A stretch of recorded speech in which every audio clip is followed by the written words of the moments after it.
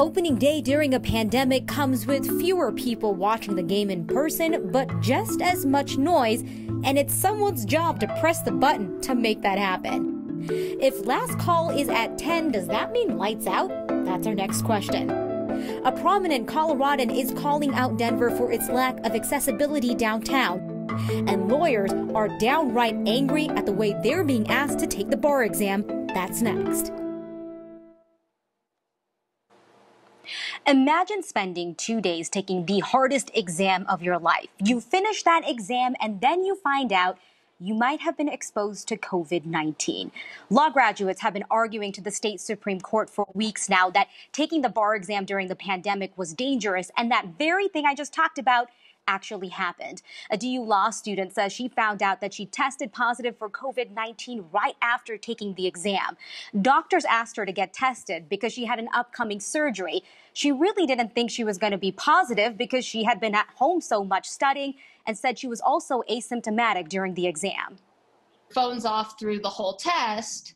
I turned on my phone after the test was over to have a voicemail from a nurse at my orthopedic surgeon's office saying, "I need to talk to you about your COVID results and your surgery," and like without further information. And then Sydney Donovan says that there were around 20 other people in the room and everybody was wearing a mask. They were socially distant, but she's still worried about people being exposed. The other people in that room said that they're going to be quarantining now, and DU said that they've already started contact tracing. Tonight's next question comes to us from Gigi. She wants some clarification on Governor Polis's last call executive order. Does it mean that bars have to close at 10 p.m. or can they stay open past then and let people hang out as long as they don't serve alcohol after that time? It's a good question, Gigi, and it's actually one that we were wondering about ourselves. So we took a look at the governor's executive order. It says all licensees must cease alcohol beverage sales to end consumers at 10 o'clock p.m. each day. So technically, bars are more than welcome to stay open past 10 and let people hang out until their normal closing time. They just cannot serve anyone alcohol during that time and have to maintain a 50% capacity indoors. Now, that's completely up to bars, right? Whether or not they want to be that post-10 hangout spot for people. But it'd be hard to keep that up unless they're serving food, because otherwise they're not actually making any money. So they're going to have to decide what actually makes financial sense for them. If you ever have a question, you can always email us at next@9news.com, or you can just do what Gigi did. She got our attention on Twitter using the hashtag HeyNext. The state of Colorado has processed more than 12,000 tests yesterday. We've been averaging more than 12,000 tests for the last week. Our positivity rate over the last 7 days hovering just over 4%. That is good since it was trending up last week. 232 people are currently in a Colorado hospital with COVID-19. That's down slightly from the day before. 32 patients have been discharged or transferred in the last 24 hours. A prominent Coloradan is calling out the city of Denver, saying that it needs to do better for people who are living with disabilities. She posted on Instagram about how all she was trying to do was get to Union Station so that she could make it to the airport. You guys got to get it together. Trying to get to Union Station so I can get to the airport to pick up a friend of mine who's coming in. You guys have shut down 16th Street, so I can't get over there. 18th Street elevator isn't working again. Amy Van Dyken posted this video on Wednesday. She's a former Olympian who severed her spinal cord in a June 2014 ATV accident. These elevators never work. You guys are going to have to come up with a different plan because I can't get over there now. The elevators on 16th and 18th Street around Union Station are two important accessibility points that went down around the same time. They're overseen by the Central Platte Valley Metropolitan District, a public agency funded by tax dollars. The district said sandblasting on the Millennium Bridge means they've had to temporarily close the bridge to pedestrians. The elevator was being used more, it overheated, and then became a safety hazard. And it had to cool off before it could be safely restarted again. The district says around the same time, the elevator on 18th went down because someone pressed the emergency fire button, stopping the elevator. A technician had to reset it. Both elevators were up and running by Thursday morning, but not before causing some issues. Kind of help out your disabled community, which is a huge community out here because you've got Craig Hospital. So This is the city of Denver. You got to do something about these elevators. The district said that this was all a coincidence and we're so sorry it happened. They also said accessibility is very important to them, acknowledging the 16th Street elevators were having problems and recently finished improving them. Denver, I put a challenge to you. Fix this. Take out the elevators, put up ramps so that I don't have to deal with this. Other people don't have to deal with this. The district said that putting in a ramp is not possible because it's going to require more space and distance to do that, which they can't really because they're surrounded by private property. The city said that they take this very seriously, too. They actually have a meeting coming up next week where they want feedback from people living with disabilities about possible changes to the 16th Street Mall and construction impacts. They also talked about their commitment to installing ADA curb ramps. Anyone who sees an area around the city that has a potential issue like this, you're encouraged to reach out to that district we talked about, as well as city officials. When the Rockies throw out their first pitch at their home opener in just a few minutes, it's going to sound like the team is violating the state's ban on mass gatherings. Marshall Zellinger found out why the stadium is going to sound like it's sold out. It's a big day here on Next for politics guy Marshall Zellinger, who's on a special assignment for Rockies opening day. I always wanted to be a sports reporter. So what's it going to be like when the Colorado Rockies play their home opener in front of 50,000 empty seats? Wait, that doesn't sound like 50,000 empty seats. MLB was nice enough to provide every club an iPad with the audio files for crowd noise already loaded on them. Remember how George Jetson pushed a button for his job? That's really going to be someone's responsibility during the Rockies games. It'll be someone in our control room that will be standing there at the ready throughout the entire game. The sounds that will be pumped through the Coors Field speakers and through the radio and TV broadcasts are not from a previous Rockies game. Every team was given the same sounds from the Sony PlayStation game, MLB The Show. From crowd murmur to, a small cheer, medium cheer, large cheer. We can do a foul ball. We can give them a cheer and act like somebody, made a great catch in the stands. Ooh, speaking of a foul, let's see if Marshall can clean up the error from that incoming call made during his interview. Yeah. Boo me all you want. You're not going to hear that at the Rockies games, because if there's one thing that's not realistic about simulated sounds, they're all positive. Crack of the bat, we can do a small cheer, and then when find out that it's a fly ball to the right fielder and he catches it, you can kind of do the little but there's no booing or anything like that. I think it's a little bit eerie just here in an empty stadium, so I like that we're going to have some noise. Just makes it feel a little more natural, even though nothing's natural about this. It's really not natural hearing crowd response during my story, but I could get used to it, especially the no booing part. What a performance from Marshall today. He really stepped his reporting game up, but not his uniform game. I don't think Rod Mackey has too much to worry about over in the sports department. Who needs hashtag #HeyNext when you've got the immediate crowd reaction? Not only are the Rockies pumping in the crowd noise, the team will play the walk-up music for each batter. And my microphone's over here. How about that? See, this is what happens. It's simulated talking on Next. They're going to play the pump-up music for each batter, Anusha, and they'll play those pump-up clapping moments where the fans are supposed to clap, but there'll be no one to join in on the claps. No booing for you, Marshall. You're awesome. Thanks for that. Glad you found your mic, too. I've totally done that before. Yeah. Awesome. Have a great weekend. Thanks, Marshall.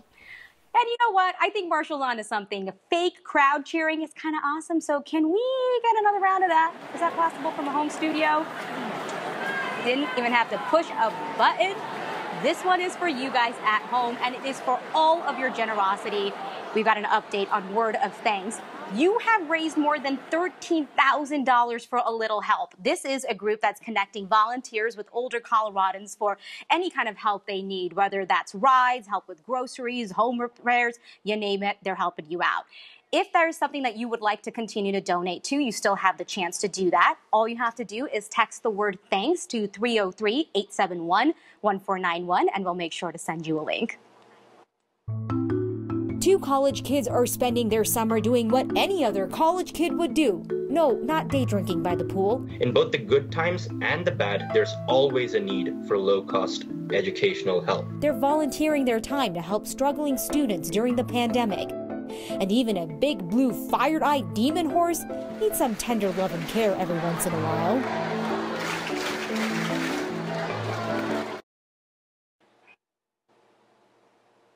You can run, but you can't hide from those political ads. You're probably aware that there is a vigorous race for U.S. Senate going on in Colorado this year between Republican Senator Cory Gardner and former Democratic Governor John Hickenlooper.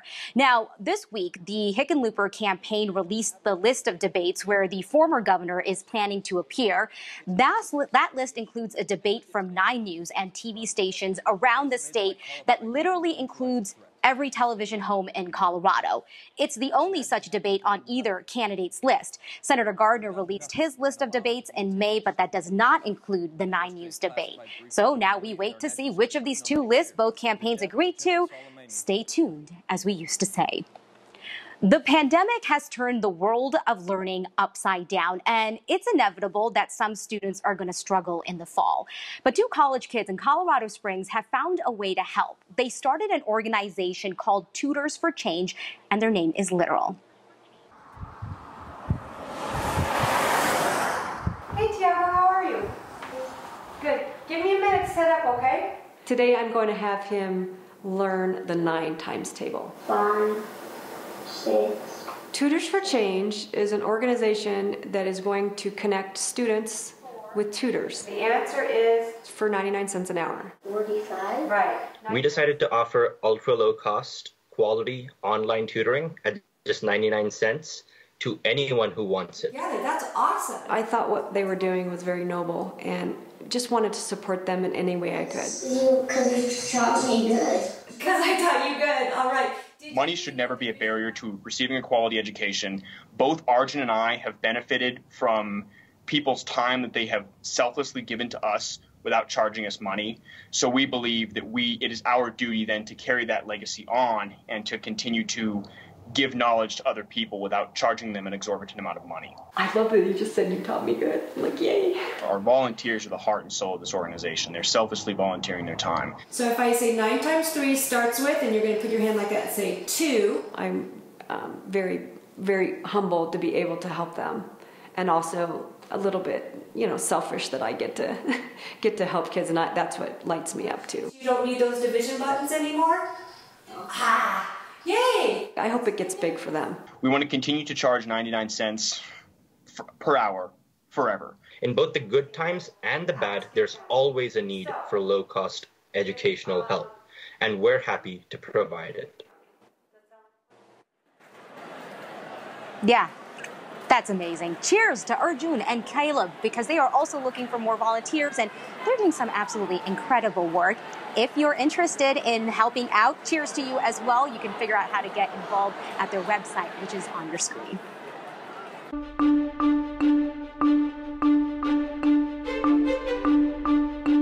Congratulations, you made it through the week and the month of July, and we were sunny today and warm with temperatures close to 90 in the city.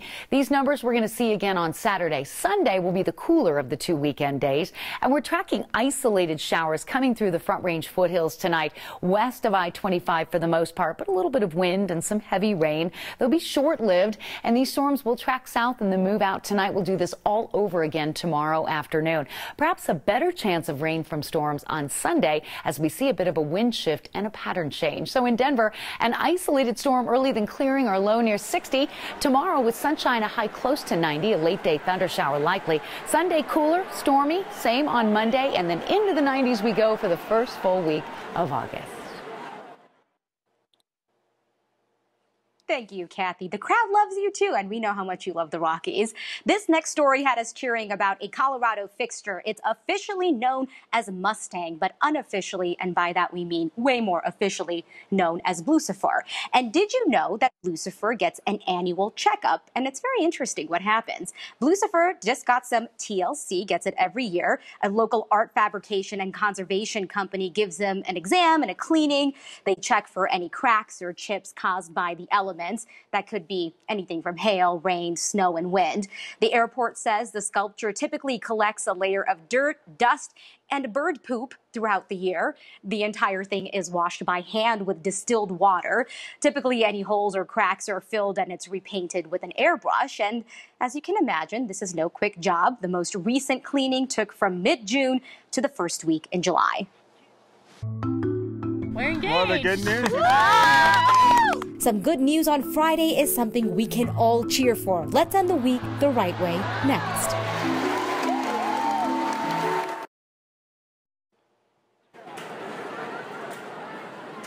Oh, stop it. This fake crowd noise is going right to my head. I haven't even done anything this segment yet. Hey, it's Friday, and that is definitely something worth cheering about. Our photojournalist Brian Wendland went to Wash Park to see what good news people wanted to share today. The one thing that I've learned in life especially is like you just need to look for like, you know, the positive and the negatives. So the good news is after a responsible 2 week of quarantining, we drove out from the East Coast to come visit family here in Denver and enjoying the nice weather and get caught up with cousins and in-laws. To have my nieces and nephew and my sister and brother-in-law, and I thought I wouldn't see them this year at all, is like, I'm incredibly grateful. I mean, I've been living here for about 3.5 months now, so I mean, I definitely, you know, like to, you know, go outside, you know, because it's, you know, a beautiful day out right now, but definitely gotten into the hiking thing here and just trying to meet as many people as I can, you know, with the limitations of, you know, wearing masks and being around people and stuff like that. We're engaged. Well, the good news. I think I caught her pretty off guard, which was good. But it was in this very beautiful gazebo, and we pulled up and just, I went straight there because I was pretty nervous. And then, just got down on the knee and we did it. And I was shocked. I knew, I think, when I turned the corner and it was all decorated, and then I was speechless and just crying and like couldn't speak at all. You know, you just gotta look for the positive.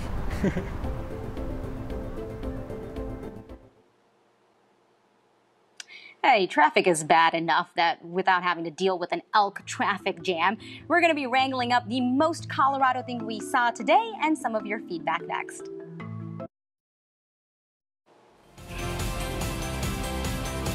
The most Colorado thing we saw today is an elk drive off the side of a highway. We don't actually know if an elk drive is really a thing like a cattle drive. We may or may not have just made that up. Regardless, Phil and Lori Brackus sent us these pictures and video of a Colorado State Patrol officer trying to keep the animals off of Highway 74 in Evergreen on Tuesday. Phil says the officer was able to keep them off the roadway and then get them up the hillside. Thanks for sending that in. All right, Ricky, you are up. Ricky wrote in, I love Blucifer. Art is supposed to provoke a strong response in the viewer, and Blucifer does that in spades. It was one of our favorite stories today. Have a great weekend. We'll see you next time.